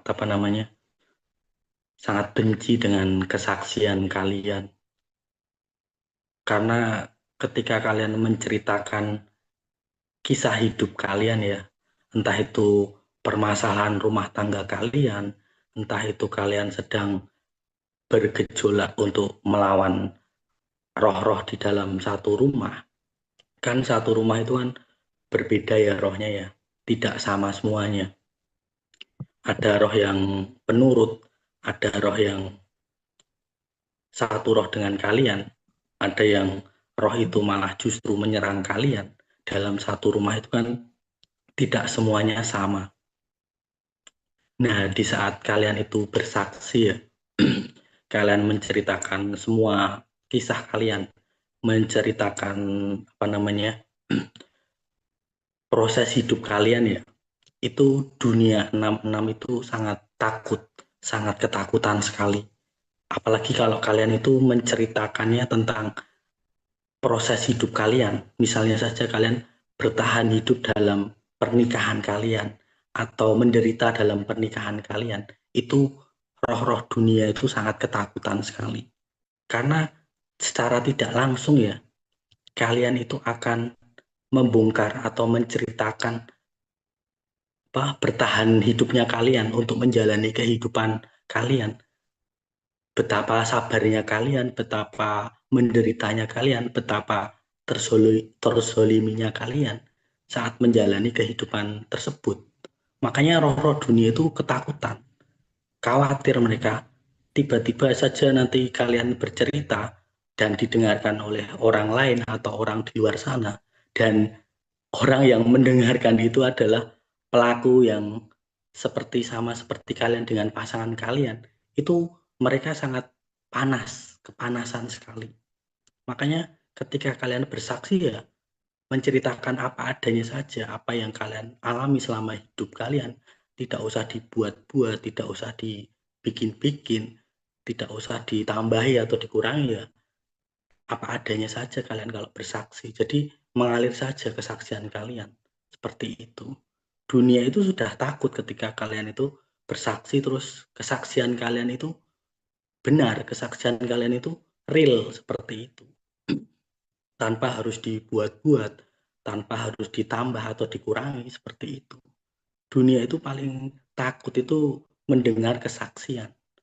Orang yang bersaksi selama kehidupannya, hidup berjalan bersama Tuhan, diproses oleh Tuhan, oleh alam semesta. Itu orang yang mendengarkan itu sangat takut. Karena orang yang mendengarkan itu tidak hidup dalam bimbingan Tuhan, dalam bimbingan alam semesta. Mereka itu masih terikat dengan dosa, masih terikat dengan hidup kemunafikan, menyembunyikan semuanya, perselingkuhannya, biar dilihat manusia yang lain itu terlihat baik-baik saja, seperti itu. Makanya orang yang bersaksi, orang yang benar-benar menceritakan kisah hidupnya, entah itu kisah pilunya, kisah dengan mantannya atau dengan suaminya, dengan istrinya, bahkan dengan anak-anaknya, itu sangat amat ditakuti sama dunia. Dunia itu sangat tidak mau mendengarkan kesaksian tersebut. Karena otomatis dunia itu satu persatu akan terbongkar, seperti itu. Makanya kesaksian kalian kalau bercerita atau bersaksi itu apa adanya saja, mengalir saja, tidak usah ditambah atau dikurangi, seperti itu. Dan ketika kalian bersaksi ya, kalau kalian menyadari itu ada tambahan warna yang kalian keluarkan dari hati hati nur kalian, hati nurani kalian. Seperti itu. Ibarat se seorang penari balet ya. Penari balet itu kan tariannya sangat indah ya, sangat untuk menontonnya juga sangat mahal penari balet itu. Tetapi di balik menjadi seorang penari balet, menjadi profesional penari balet itu dia harus bayar harga terlebih dahulu. Bahkan kakinya itu harus berdarah-darah. Ujung kakinya, ujung jari kakinya, bahkan kukunya itu sampai berdarah-darah untuk mendapatkan, untuk menjadi seorang penari balet yang profesional, yang kelasnya kelas dunia, seperti itu. Ya sama seperti kesaksian kalian. Kalau kalian itu menceritakan kisah hidup kalian yang sudah terzolimi, sudah tersakiti, maka kalian otomatis bercahaya-cahaya, seperti itu. Sama halnya tadi seperti penari balet. Penari balet itu sebelum dia menjadi penari profesional yang bisa ditonton banyak orang, yang bisa dinikmati banyak orang, dia itu sudah latihan dulu, sudah berbulan-bulan, bahkan bertahun-tahun itu sampai kakinya, ujung jari kakinya itu berdarah semuanya, kukunya juga berdarah semuanya. Ya karena untuk menjadi penari balet yang profesional, tidak biasa-biasa saja. Jadi untuk menampilkan tariannya itu harus latihan dulu, harus bayar harga dulu, seperti itu. Sama dengan kalian, kalau kalian ingin bercahaya-cahaya ya bersaksi ya apa adanya, tidak menambahi atau mengurangi. Jadi ya apa adanya saja, seperti itu. Apa yang kalian jalani di kehidupan ya kalian ceritakan saat diproses Tuhan, saat menuju ke suatu tempat atau suatu peristiwa, seperti itu. Ada mujizat atau ada suatu peristiwa yang membuat kalian itu bersukacita, seperti itu. Itu harus diceritakan semuanya. Jadi ya apa adanya, tidak ada yang ditambahi, tidak ada yang dikurangi. Seperti itu. Kesaksian kalian itu ibarat kalian itu sedang menampilkan tarian balet di depan banyak penonton. Kalau kesaksian kalian itu sangat apa adanya atau jujur ya, itu pasti penontonnya akan berusaha fokus untuk mendengar atau melihat kesaksian kalian. Tapi kalau kesaksian kalian hanya biasa-biasa saja ya, mereka ya juga yang nonton itu ya sedikit, yang mendengarkan juga sedikit karena proses yang kalian hadapi atau yang kalian ceritakan itu hanya hal biasa saja. Tapi kalau kalian proses hidup kalian sangat bayar harganya sangat tinggi ya, kesaksian kalian itu akan ditonton banyak orang, akan dilihat banyak orang, seperti itu. Dan otomatis diri kalian juga akan bercahaya-cahaya, seperti itu. Karena bayar harga tadi mau diproses oleh Tuhan, mau misalnya mengungsi di gunungan ya, memikul kayu ya, ini ibarat memikul kayu ya, itu tidak banyak mengeluh. Jadi ya apa yang harus dilakukan di hutan ya dilakukan tanpa ada rasa mengeluh. Ya karena diproses Tuhan, seperti itu. Bahkan tidak disuruh Tuhan pun sudah pada ngungsi di hutan, seperti itu ya. Ya karena itu sudah panggilan sebenarnya, panggilan roh ya. Kalau peka ya berarti mereka diproses di hutan seperti itu untuk melakukan apa namanya, proses hidup seperti itu. Ya memang proses hidup itu tidak ada yang tahu ya. Kalau hati atau imannya itu peka ya, dia akan diproses hidupnya. Tapi kalau dia menjauhi atau tidak taat dengan katakanlah 10 perintah Allah ya, ya dia tidak akan diproses. Jadi hidupnya cuman gitu-gitu saja. Jadi cuman hambar. Selama hidupnya itu cuman biasa-biasa saja. Ya karena dia tidak di jalur proses tadi, tidak di bahkan alam semesta itu ya ketika melihat orang yang tidak mau bertumbuh imannya ya, yang tidak mau ditegur dosanya ya, ya dibiarkan saja. Tapi kalau alam semesta itu ingin anak itu atau orang itu bisa ingin diproses hidupnya, ya pasti akan dibimbing oleh alam semesta. Jalan kemana, jalan ke kanan atau ke kiri itu sudah ada rambu-rambunya, sudah ada ibarat itu apa, pelang, ada pelangnya di depan matanya, jadi dia tidak tersesat. Sudah ke kanan, ke kiri itu sudah ada pelangnya, ada petunjuk jalannya seperti itu. Ibarat seperti itu kalau diproses oleh alam semesta, oleh Tuhan. Tapi kalau manusia itu tidak mau diproses oleh Tuhan, oleh alam semesta, ya hidupnya ya biasa-biasa saja. Begitu-begitu terus, tidak ada kemajuan, bahkan yang ada kemerosotan. Ya karena tidak ada perkembangan. Hidupnya cuma datar seperti itu. Karena ya dia sendiri yang menentukan bahwa tidak mau diproses seperti itu. Nah, itu kan pilihan masing-masing ya, antara mau diproses atau tidak. Ya kalau mau diproses ya berarti kalian harus bersaksi, keluar bersaksi apa yang sudah kalian apa namanya, lalui itu ya diceritakan, bukan hanya diam saja. Berarti selama hidup kalian, kalian tidak pernah berjalan bersama Tuhan kalau kalian tidak pernah bersaksi. Berarti jalan hidup kalian hanya biasa-biasa saja. Kalau kalian tidak pernah bersaksi, itu yang dunia itu lihat seperti itu. Kalau dunia itu takut, itu ya kesaksian kalian. Kalau kalian itu benar-benar bersaksi apa adanya tentang proses Tuhan, tentang hidup yang sudah kalian jalani, kalian lalui, dunia itu akan ketakutan mendengar kesaksian kalian, melihat kesaksian kalian. Seperti itu. Maka dibutuhkan proses hidup. Apa yang kalian lalui, sudah jalani beberapa tahun, sudah umur 40 tahun, 30 tahun, 50 tahun, bahkan sampai lanjut itu proses hidup kalian bagaimana? Berjalan bersama Tuhan itu bagaimana? Itu harus kalian ceritakan kepada dunia. Supaya dunia itu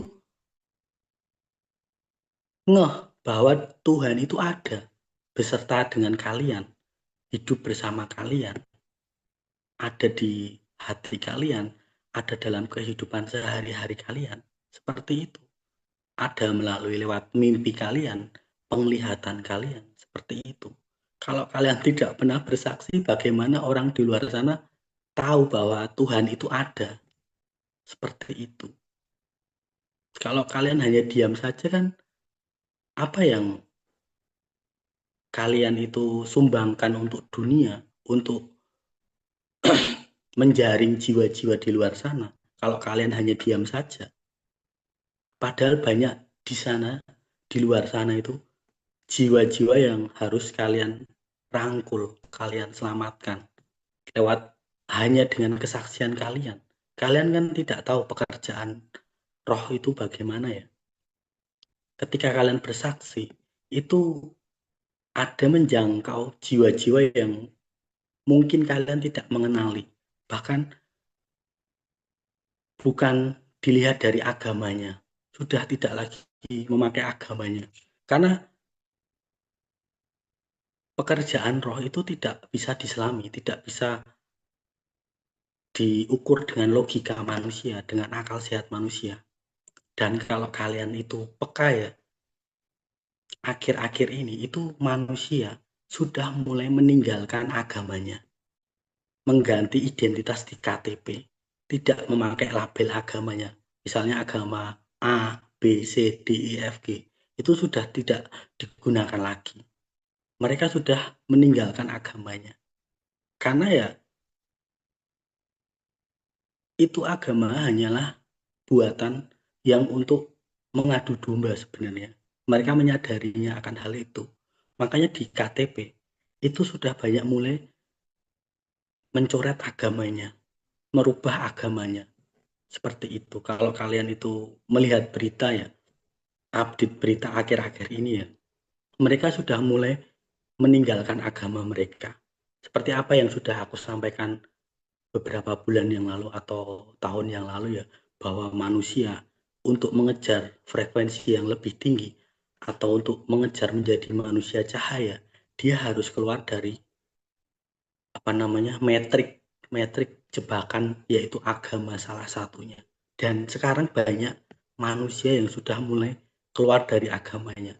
Jadi KTP itu tidak mencantumkan agama tertentu. Yang terpenting dia menyembah Tuhan, seperti itu. Manusia itu sudah mulai sadar akan frekuensi. Karena dirasa agama ini, agama itu tidak lain tidak bukan hanya memancing kerusuhan, memancing kegaduhan, memancing keributan, bahkan sampai adu debat terus sampai salah satunya dipenjara, tidak terima emosi segala macam. Ya seperti itu. Makanya ada orang yang sudah mulai sadar menghilangkan identitas agamanya. Yang terpenting agama di situ tercantum menyembah Tuhan yang Maha Esa, seperti itu. Karena dirasa ya agama yang mereka anut itu kok terlalu memberontak, terlalu radikal, seperti itu. Makanya mereka tuh sebenarnya sudah, kalau aku bilang ya, mereka itu loh tanda petik sudah muak dengan agama yang mereka anut. Karena apa? Ya karena terbongkar di TikTok semuanya tentang tingkah laku ibadahnya, kelakuannya segala macam. Makanya mereka itu keluar dari jalur agamanya. Masa agamaku menyembah patung, menyembah berhala, menyembah pohon, menyembah batu, cara ibadahnya seperti ini, memakai dupa, memakai sesajen, bahkan sesajennya itu dihitungin satu-satu ya. Jadi tidak boleh lolos sesajen apa yang harus dimakan sama dewa atau dewinya, seperti itu ya. Makanya manusia yang sudah mulai tersadarkan ya, akan keluar dari agamanya, tidak dilabelkan oleh agama A, B, C, D, dan seterusnya. Karena mereka sudah sadar kenaikan frekuensi. Dan ada sedikit orang juga sudah mengalami kesadaran untuk kenaikan frekuensi. Manusia yang sudah sadar kenaikan frekuensi ya, kan nanti ada terjadi bencana alam yang sangat hebat dan sampai memakan korban jiwa yang sangat banyak sekali ya. Bahkan itu bisa membuat manusia itu langsung kembali kepada Tuhan. Karena manusia itu ada yang sadar, ada yang tidak. Nah, yang sadar ini dia otomatis ya, dia tahu apa yang akan terjadi ke depannya. Dia sudah bayar harga, entah itu dia berpuasa, entah itu dia itu berdoa, jadi mengasingkan diri dari kelompok atau dari teman-temannya atau dari komunitasnya. Dia berusaha untuk membersihkan dirinya, untuk mengampuni masa lalunya, mengampuni apa yang menjadi kesalahannya dengan orang-orang di sekitarnya, bahkan dengan orang dalam rumahnya, seperti itu. Makanya dia menyadari bahwa nanti yang akan terjadi, bahwa ke depan itu ketika semuanya dilibas oleh alam semesta, bahkan sampai habis, manusia itu sampai tinggal sedikit saja, itu ada manusia yang sudah menyadari hal seperti itu. Dan dia sudah ikut dalam kenaikan frekuensi. Karena dia sendiri sudah berusaha untuk keluar dari agamanya. Jadi meninggalkan agamanya. Agama itu kan hanyalah baju ya, sebenarnya hanya baju yang dipakai, hanya cover saja. Yang asli kan hati kalian, nurani kalian, iman kalian, bukan agama kalian, seperti itu. Makanya dia keluar dari agamanya, lalu dia mengetahui kenaikan frekuensi. Bahkan dia sendiri sudah mengetahui bahwa akan terjadi kenaikan ke 5 dimensi. 3 dimensi sama 4 dimensi saja tidak tahu, ini sudah 5 dimensi ya. Jadi karena alam itu diproses ya, sudah benar-benar perombakan besar-besaran ya. Nah itu kan terjadi, alam itu bergejolak, bencana alam yang sangat hebat. Kota-kota akan hilang, kota-kota akan sepi, segala macam. Nah, di saat itulah manusia itu akan kembali kepada Tuhan. Masa ya korban jiwanya bisa ratusan ribu? Manusia kan pasti langsung, hatinya itu langsung kena tekan atau kena pedang seperti itu. Seperti dia tuh kena pedang bermata dua. Ternyata ini zaman ini sudah benar-benar mau kiamat ya. Dunia 66 ini mau kiamat ya, seperti itu. Jadi mereka tanpa mereka sadari itu, mereka sudah mulai sadar. Itu yang mereka sudah mulai sadar itu mereka sudah tidak mau berkomitmen dengan sistem kolonial, sistem 66 seperti itu. Mereka lebih mengasingkan dirinya, lebih mencari Tuhan, lebih mendekatkan diri kepada Tuhan. Bagaimana caranya di hadapan Tuhan itu lebih berguna, lebih bermanfaat, apalagi untuk sesamanya, bagaimana menolong sesamanya yang belum tahu apa-apa, seperti itu. Dan manusia itu akan menyadarinya ketika semuanya sudah luluh lantah, sudah habis. Ya karena semuanya tidak ada yang tersisa, masalahnya seperti itu. Dan pada akhirnya manusia itu akan kembali lagi kepada Tuhan, mencari benar-benar Tuhan itu ada. Kuasanya itu sampai semua manusia itu sudah dilibas, dibinasakan. Ya karena dosa mereka. Karena tidak ada pertobatan lagi di manusia, di dunia manusia ini. Makanya manusia itu mulai sadar satu persatu. Kok ada api di mana-mana, karpet merah di mana-mana. Bahkan di Sumatera sekarang ya sudah banyak sekali, entah itu di Riau, di Sumatera Barat, seperti itu sudah banyak menjalar. Mereka itu sudah mulai mencari kebenaran sebenarnya. Jangan-jangan apa yang selama ini kita ikuti itu salah, keliru. Tuhan yang kita ikuti itu apakah punya kuasa? Seperti itu, mereka itu bertanya-tanya seperti itu. Ya karena kenaikan frekuensi itu sudah membuat mereka itu melepas agamanya, melepas bajunya. Agama itu kan diibaratkan baju ya bagi mereka ya. Ketika memakai baju, ketika memakai agama ya, ya identitas mereka kan diketahui banyak orang. Nah, padahal bukan baju atau bukan pakaian yang harus dilihat orang, tetapi iman, kebaikan hati, kasih, seperti itu. Itu yang membuat manusia itu yang lain tidak bertanya agamamu itu apa. Tetapi mereka langsung akan memberi kalian sambutan, memberi kalian seperti mempersilahkan diri kalian.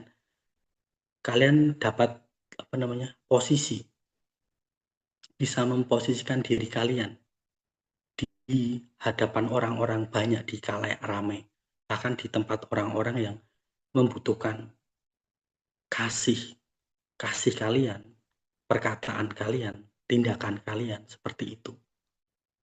Makanya kalau manusia itu belum sadar ya habis nanti oleh alam sendiri.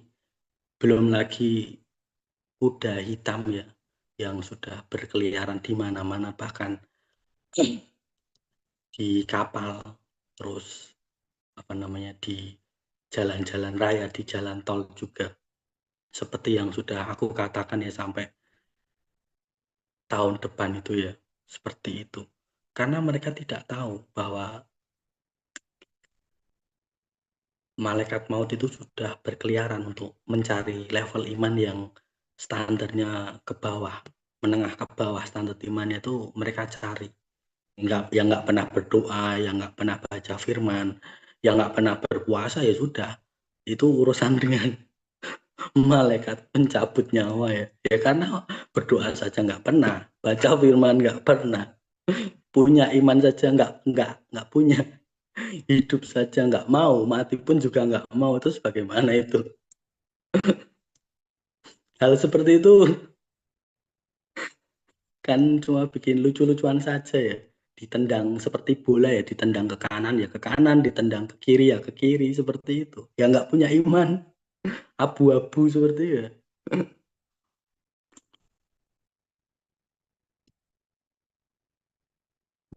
Makanya kan pencabut nyawa ya, malaikat maut. Si Abaddon ini kan berkeliaran, mencari level-level iman yang misalnya pergi bepergian ya, tidak pernah berdoa, tidak pernah minta perlindungan kepada Tuhan. Seolah-olah dia itu yang memutuskan kehendak diri mereka sendiri. Nah, itu paling disukai oleh si Abaddon, paling disukai oleh malaikat pencabut nyawa, pencabut maut seperti itu. Maut itu mendekatinya. Ya karena tidak pernah berdoa, berpuasa juga tidak, apalagi baca firman, ngantuk-ngantukan. Ya seperti itu. Itu jadi incaran. Tiba-tiba saja terjadi kecelakaan. Ya kan rancangannya si jahat kan kecelakaan seperti itu. Mengambil nyawa, mengambil harta benda kalian. Seperti itu. Kalau kalian itu berpuasa, berdoa, baca firman ya jauh dari maut, jauh dari malaikat maut seperti itu.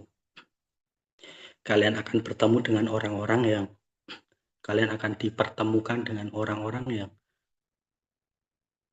sama halnya beruntung seperti kalian. Kalau kalian sering membaca firman, berdoa, berpuasa, itu kalian akan didekatkan oleh orang-orang yang sama-sama diproses oleh Tuhan, seperti itu. Tapi kalau kalian berdoa saja nggak pernah, berpuasa apalagi, baca firman saja ogah-ogahan, malas-malasan ya otomatis yang kalian temui ya malaikat malaikat mencabut nyawa. Iman nggak punya ya, gimana itu? Masa kalian nggak pernah berdoa, nggak pernah berpuasa, nggak pernah baca firman, maunya ya dapat jodoh yang ganteng, yang cantik, yang seksi, yang aduhai, yang tinggi, yang putih, ya itu nggak mungkin ya. Itu ya berarti kalian mimpinya, tidurnya itu kurang miring ke kanan atau miring ke kiri ya. Karena kalian mimpinya terlalu tinggi itu berarti tidak pernah bayar harga. Ya kalau kalian itu ingin mendapatkan sejoli ya, 2 sejoli atau twins flame ya, atau jodoh kalian ya, kalian juga harus bayar harga. Karena jodoh kalian itu juga diproses sama Tuhan. Kecuali kalau kalian itu pengen dapat yang asal-asalan ya, di pinggir jalan atau di pinggir pantai, atau kenalan di tempat clubbing atau tempat dugem atau tempat tempat tukang jamu, seperti itu ya. Kalau kalian ingin mendapatkan jodoh ya, sosok jodoh, ya kalian harus bercermin dulu terhadap diri kalian. Jodoh kalian itu adalah cerminan kalian sendiri sebenarnya. Kalau kalian humoris ya otomatis ya jodoh kalian juga akan humoris. Nggak mungkin kalian humoris, jodoh kalian hanya diam terus murung seperti itu, ngambekan seperti itu. Enggak ya. Kalau kalian itu apa namanya? Bercermin ya. Itu kalian akan menggambarkan pasangan kalian sendiri. Kalian sudah tahu pasangan kalian sendiri. Ya pada nantinya ya kalau kalian masuk 1000 tahun ya kalian akan menemukan jodoh kalian. Seperti itu. Ya itu kan terserah kalian ya, kalian mau memilih jodoh kalian di 1000 tahun nanti siapa itu kan, itu terserah kalian ya. Yang terpenting proses kalian itu ya, dari sekarang itu mulailah untuk berkaca, bercermin, diriku itu seperti apa, sifatku itu seperti apa. Ya makanya nanti jodoh kalian atau pasangan kalian ya tidak jauh dari sifat watak kalian sendiri sebenarnya, seperti itu. Semuanya kan harus diproses untuk menuju untuk bisa bersatu dengan pasangan kalian, seperti itu. Apalagi kalau kalian yang masih masih muda, masih belia, masih jomblo ya katakanlah ya, ya berarti kalian harus melalui proses-proses, harus diproses. Tidak boleh menolak proses, menolak jalur kalian untuk diproses. Jangan sampai kalian menolak seperti itu. Harus dilalui. Tidak boleh mengeluh. Lebih lebih sering untuk kalian itu bersyukur, mengucapkan syukur. Seperti itu. Ya karena proses itu harus dilalui supaya kalian itu lebih dewasa. Dewasa bukan karena umur kalian ya, nominal umur kalian itu tidak, tapi dewasa dalam segi kalian itu iman kalian. Berbicara kalian itu lebih apa namanya, menyampaikan itu tidak terburu-buru, lebih santai, lebih rileks. Seperti kalian itu menguasai panggung, menguasai mimbar seperti itu. Tidak terburu-buru oleh waktu, oleh penonton atau oleh pendengar seperti itu. Tidak. Ya karena kalian diproses untuk lebih dewasa. Dewasa dalam iman, dewasa dalam menyikapi, tidak pernah apa namanya, marah lagi, yang biasanya dulu marah-marah, sekarang marah itu bisa lebih diredam. Jadi tingkat kalian menyampaikan, tingkat emosional kalian itu lebih berkurang lagi. Jadi kalian berbicara atau menyampaikan itu lebih santai, lebih apa namanya, lebih rileks seperti itu. Tidak kalian itu emosi kalian meledak-meledak seperti itu, enggak. Ya karena sudah melalui proses. Seperti itu. Jadi kalau kalian itu bersaksi ya, kalian itu lebih menceritakan mau berapa menit, 5 menit, 10 menit. Itu kalian bisa menyampaikan dengan apa adanya. Ya karena kalian sudah mau diproses tentang emosi kalian, tentang kesabaran kalian, tentang pengendalian diri kalian. Makanya saat kalian bersaksi, penyampaian kesaksian kalian ya apa adanya, tidak apa namanya, sudah 5 menit, sudah 10 menit, sudah seperti itu. Tidak seperti itu. Kalian bersaksi itu tidak terikat oleh waktu. Bahkan ketika kalian live itu tidak apa, tidak fokus untuk melihat jamnya itu sudah jam berapa. Tidak. Jadi kalian hanya menyampaikan saja. Ketika kalian itu sudah apa namanya, roh itu sudah berkuasa atas tubuhmu yang berbicara, yang menyampaikan ya, roh itu akan terus-menerus berbicara sampai tubuhmu itu sampai porsi tubuhmu itu fisik kalian itu sampai lelah dan roh itu akan berhenti berbicara otomatis seperti itu. Itu cara kerja roh itu seperti itu. Nah, kalau kalian saja tidak pernah berpuasa, bagaimana roh itu akan berbicara melalui diri kalian? Padahal kesaksian roh itu haruslah kalian berpuasa. Makanya ketika kalian bersaksi, itu bukan kalian yang ngomong sendiri, bukan kalian yang memakai logika, kalian memakai apa namanya, akal sehat kalian. Tidak. roh kalian sendiri, hati kalian sendiri yang berbicara, iman kalian sendiri yang menyampaikan, aku sudah pernah mengalami ini, aku sudah pernah mengalami itu kalian sendiri yang menceritakan, bukan bukan lagi kalian yang memakai logika atau memakai akal sehat. Nanti kalau aku bicara ini, nanti apa namanya, penonton marah. Nanti kalau aku bicara seperti itu, penonton akan membuli aku. Pekerjaan roh itu tidak memakai logika, tidak memakai akal sehat. Iman yang maju terus-menerus seperti itu. Tidak ada keraguan kalau sudah roh itu menyampaikan ke publik, ke khalayak ramai seperti itu. Semuanya tembus nanti. Semua hampir dimensi itu bisa tembus kalau roh itu yang menyampaikan. Bahkan yang katakanlah orang yang tidak beriman pun mendengar kesaksian kalian, kalau roh itu yang sudah menyampaikan, ya mau tidak mau orang itu akan mendengarkan kesaksian kalian. Seperti itu. Pekerjaan roh itu tidak bisa diselami. Tidak bisa orang itu memakai logikanya, memakai akal sehatnya, dipatok atau dikasih acuan harus ini, harus itu enggak. Bebas, sangat sangat tak terbatas. Seperti itu. Roh itu tak terbatas. Makanya tiba-tiba ada orang yang bertobat, kembali kepada Tuhan, ya karena kesaksian kalian. Seperti itu. Karena kesaksian kalian itu kesaksian yang hidup, kesaksian roh. Kalian berpuasa, sebelum kalian bersaksi berpuasa, ya kesaksian kalian akan hidup. Karena yang membawakan langsung roh di dalam tubuh kalian, bukan lagi kalian yang berkata-kata, tapi roh yang tinggal di dalam hati kalian. Iman kalian sendiri yang mengatakan semuanya.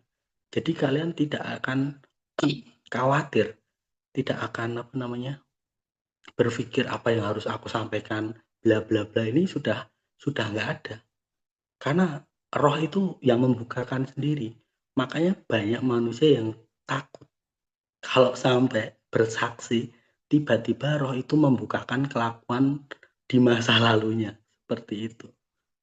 Dan itu ketika terbongkar, dunia akan sangat amat ketakutan sekali. Seperti itu konsepnya.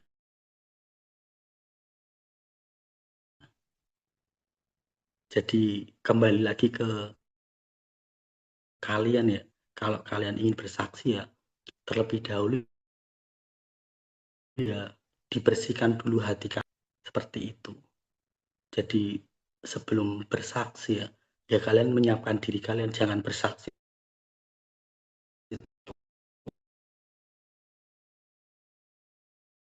asal-asalan, baru bangun tidur terus bersaksi gosok gigi, atau misalnya saja kalian mandi atau berpuasa seperti itu. Jadi menyiapkan terlebih dahulu. Jadi ketika dunia itu melihat kesaksian kalian, itu dunia sudah standby dalam keadaan langsung melihat, menonton kesaksian kalian seperti itu.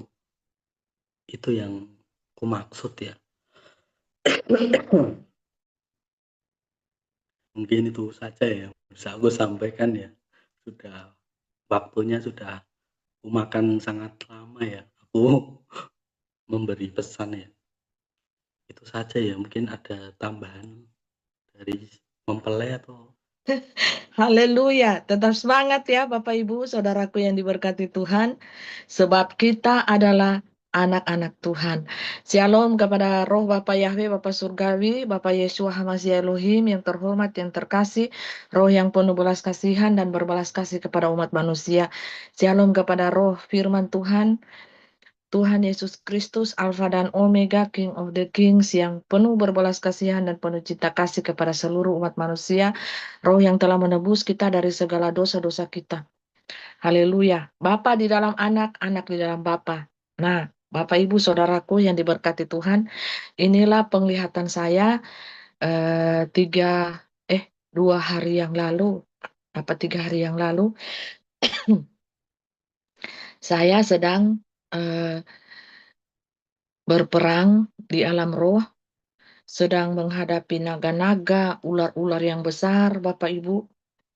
Nah, saya karena saking banyaknya ular-ular itu menyerang saya, naga, ular, segala macam jenis hewan saya lihat di situ, ada penyu seperti penyu, ada naga berkepala 6, ada ular yang besar-besar, ada bapomet, semuanya menyerang. Nah, saya tiba-tiba dibawa ke suatu tempat, diperhadapkan dengan sebuah menara, sebuah tugu, Bapak Ibu. Ya, saya tidak usah sebutkan. Ya, tugu itu bukan menara yang seperti Pangeran Ilahi yang sudah katakan bukakan itu, bukan. Tugu yang lain ini Bapak Ibu ya, ada ular juga. Nah, saya di situ berteriak, Tuhan Yesus tolong saya, Tuhan Yesus tolong saya. Karena ular itu saya potong bagian pertengahannya, tapi kepalanya mengamuk Bapak Ibu ya. Kepalanya menggigit, mau menggigit kaki saya. Nah, jadi saya berteriak di situ. Itu ke suatu tempat Bapak Ibu ya, yang saya belum bisa katakan kepada Bapak Ibu pada saat ini. Nah, saya berteriak, Tuhan Yesus tolong saya, Tuhan Yesus tolong saya, darah Yesus berkuasa. Nah, tiba-tiba yang muncul Bapak Ibu, Bapak Yahweh. Saya heran, tapi saya juga tidak heran karena Bapa di dalam anak, anak di dalam Bapa. Ya, satu. Ya, satu kesatuan ya Bapak Ibu. Bapa di dalam anak, anak di dalam Bapa. Saya memanggil Tuhan Yesus Kristus, yang datang saya lihat, ih Pak Eman. Pak Eman Lahago 2 ya. Dia bawa bukan bawa pedang lagi, tapi bawa, Bapak Ibu tahu enggak itu golok? Itu apa itu? Apa itu seperti apa itu Bapak Ibu tahu enggak yang potong-potong tulang itu loh Bapak Ibu? Yang besar itu. Golok apa? Apa itu ya? Dia bukan panjang tapi cuma segi 4 begini, yang potong-potong tulang loh, bukan potong daging. Yang bentuknya segi 4 begini, segi 4 tapi sangat tajam Bapak Ibu. Sangat tajam, bukan pedang, tapi yang pemotong satu kali potong tulang sapi itu, ya tulang sapi kayak tulang kerbau. Satu kali dia hantam begini kan langsung kerak, langsung putus. Ya, bukan lagi pemotong daging ya Bapak Ibu, tapi pemotong tulang itu loh yang bukan golok ya. Kalau golok itu kan panjang. Itu apa namanya itu ya? Bukan parang Bapak Ibu ya. Bukan parang. Dia bentuknya mempelai lihat seperti ini. Dia bentuknya Kampak membelah, begini, kampak ya. itu. Oh iya, Kampak. kampak. Kampak betul. Terima kasih ya Pak, kampak. Pemotong pohon-pohon yang besar itu loh. Kampak betul. Kampak yang segi 4 begini. Nah, saya kan panggil-panggil berteriak, Tuhan Yesus tolong saya, Tuhan Yesus tolong saya. Karena saya lihat itu ular besar, kan saya potong tengahnya bagian perutnya, saya hantam. Karena saya juga merasa berapa kali potong itu belum putus. Ya, perutnya ular yang besar itu. Jadi sementara saya potong-potong, ini kepalanya semua menggeliat. Nah, dia mau makan kaki saya. Nah, saya berteriak lah spontan pada saat itu, Tuhan Yesus, Tuhan Yesus, Tuhan Yesus tolong saya. Nah, yang datang saya lihat, loh, Bapak Yahweh, roh Pak Iman Hago. Tapi diam-diam Bapak Ibu, langsung dia ambil tuh kampak, Bapak Ibu. Langsung dia hantam itu, Bapak Yahweh ini. Kepalanya ular besar itu, ular hitam itu Bapak Ibu, bang, langsung tabola 2. Potong lagi lehernya. Saya, oh iya ya, saya tadi berteriak Tuhan Yesus, Tuhan Yesus. Yang datang roh Bapak Yahweh. Langsung roh itu berbicara, Bapa di dalam anak, anak di dalam Bapa adalah satu kesatuan. Langsung kaget saya Bapak Ibu, so subuh, saya langsung pergi ke kamar mandi. Lemas Bapak Ibu, langsung diare juga. Nah, akibat 2 hari lalu itu Bapak Ibu, akibat dari 2 hari lalu itu saya seperti ngedrop, seperti apa saya rasa ya. Sampai sekarang Bapak Ibu, saya ngedrop, saya rasa udus dari ujung kaki sampai ujung kepala Bapak Ibu sakit. Diare, sudah sakit perut, sudah sakit macam-macam, demam, flu, batuk, tapi batuk agak mulai-mulai mendingan, tapi masih batuk Bapak Ibu, tinggal saya tahan ini. DP gatal tinggal saya tahan. Jadi saya bilang, oh Tuhan, komplitlah sudah penderitaan yang saya alami ini, serangan di dalam tubuh saya ini. Karena apa? Karena setan bisa menyentuh tubuh daging kita ini, Bapak Ibu. Tapi dia tidak bisa menyentuh jiwa dan roh kita. Yang dia bisa siksa, dia bisa sentuh kita adalah tubuh jasmani kita ini.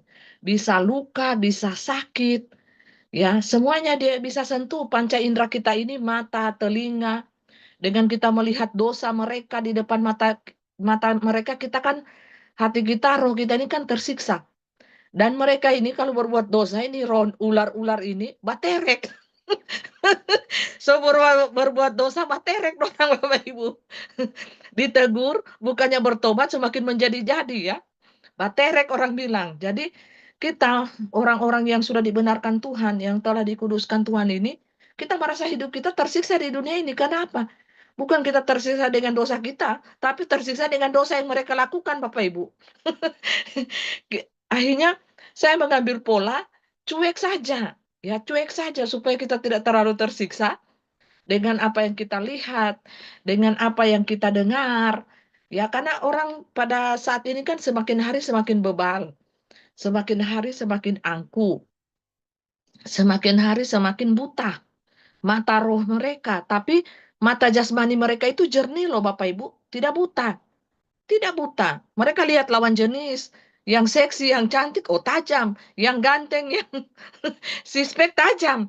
Tapi mata rohnya yang buta, beda ya Bapak Ibu. Beda, beda. Ya, beda ini manusia roh dengan manusia jasmani ini sangat berbeda ya Bapak Ibu.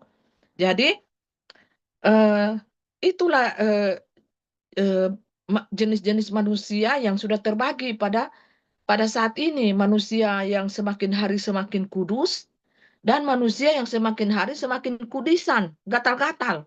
Sangat berbeda Bapak Ibu. Ya, kalau kita semakin hari kita semakin menjaga kekudusan hidup kita, semakin senang melayani Tuhan, ya, kita semakin hari ingin mencari Tuhan, hadirat Tuhan tanpa memikirkan siapa si A, si B, masing-masing diri kita mencari Tuhan tanpa kita menghakimi dosa si A, si B, si C. Nah, kita mencari Tuhan dengan apa? Hati kita. Dengan apa? Kesucian hati kita, kebenaran hati kita, kerendahan hati kita. Kita berusaha supaya hidup kita ini benar di hadapan Tuhan. Makanya Bapak Ibu jangan sibuk kepo-kepo Ada apa itu di pasukan gadai? Ada apa itu di pasukan besi? Ada apa itu di pasukan elit? Kepo terus tiap hari. Sampai inna ilahi rojiun rib. Sampai di sana Tuhan bilang, siapa ini? Padahal dulu ketemu-ketemu di Zoom. Gara-gara apa? Suka kepo. Dia tidak urus dia punya bait ilahinya sendiri. Hatinya dia tidak urus. Matanya dia tidak urus. Telinganya, semua panca inderanya dia tidak urus. Hanya keteteran. Ditawan setan semuanya. Ditawan setan. Bapak Ibu. Sehingga pada akhirnya menghadap Tuhan, Tuhan pun tidak kenal. Siapa ini? Padahal sering ketemu di Zoom. Tuhan bilang, apa kena pekerja? Bukan ini. Perasaan samar-samar ini yang ada di Zoom. Iya Tuhan, kita dan tiap anu jaga ketemu. Siapa ini? Namamu siapa? Dia bilang, tapi saya tidak kenal engkau. Ya karena sibuk. Kepo sana, kepo sini. Terus jadi provokator lagi halus-halus. Tahu nggak itu si ibu A? Begini-begini loh dia cerita sama saya. Terus apa lagi? Terus dia bilang katanya kamu begini. Akhirnya jadi masalah Bapak Ibu. Yang tadinya tidak ada masalah, akhirnya jadi masalah. Itulah ciri-ciri roh perpecahan. Di dalam satu kelompok, di dalam satu persekutuan tentunya ada roh-roh penyusup. Tahu itu penyusup? Dia bilang, tahu nggak? Bu, WA ini. Awalnya dari WA, Bu, boleh saya video call? Ada berita Bu penting untuk Ibu. Apa? Tahu itu Bapak sana itu ada bilang kata Ibu kemarin, begini-begini. Tahu enggak, Bu? Panas Ibu mendengar. Apa?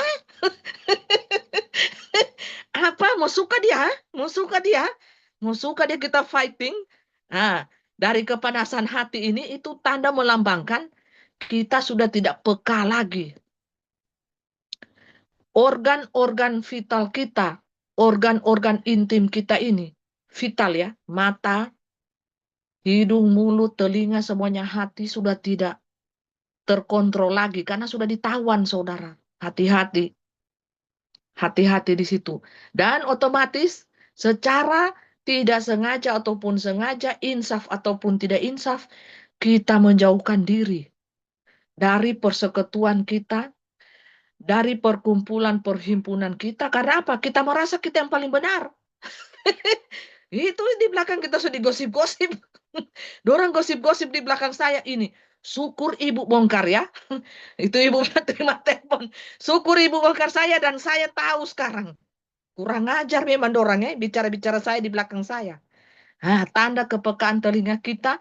Kita sudah tidak berfokus lagi kepada Tuhan. Mendekatkan diri kepada Tuhan. Kita hanya berfokus apa? Telinga dan mata kita ini. Berfokus kepada masalah.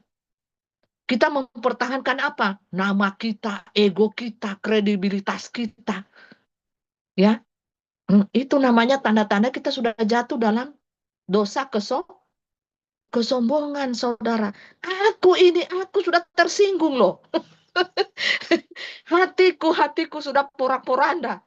Ya, masakan dia di depanku dia bilang shalom, shalom, senyumnya manis. Tahu-tahu di belakang dia cerita aku. Di mana harga diriku? Di mana kredibilitasku sebagai anak Tuhan Bapa Sorgawi? Tunggu dia sebentar. Tutup telepon dari ibu satu, dia langsung telepon tuh ibu satu maki-maki. Kurang ajar.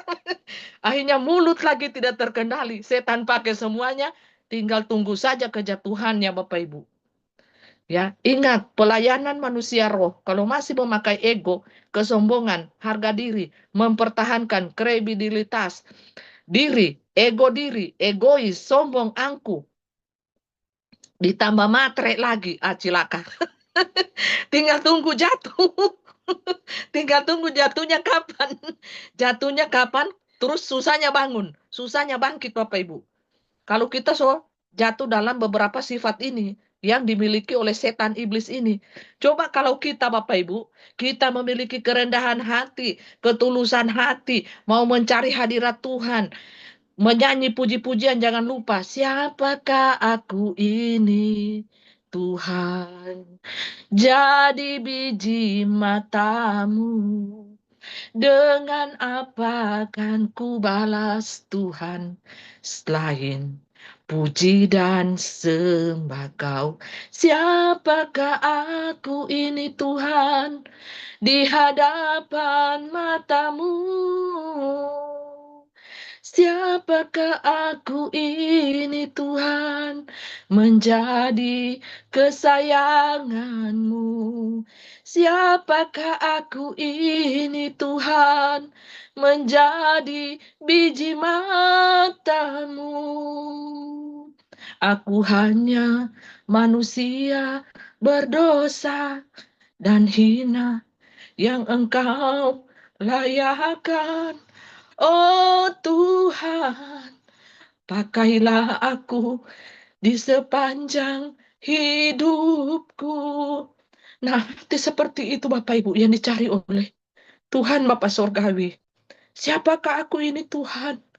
Siapakah aku ini Tuhan sehingga Engkau melayakkan aku?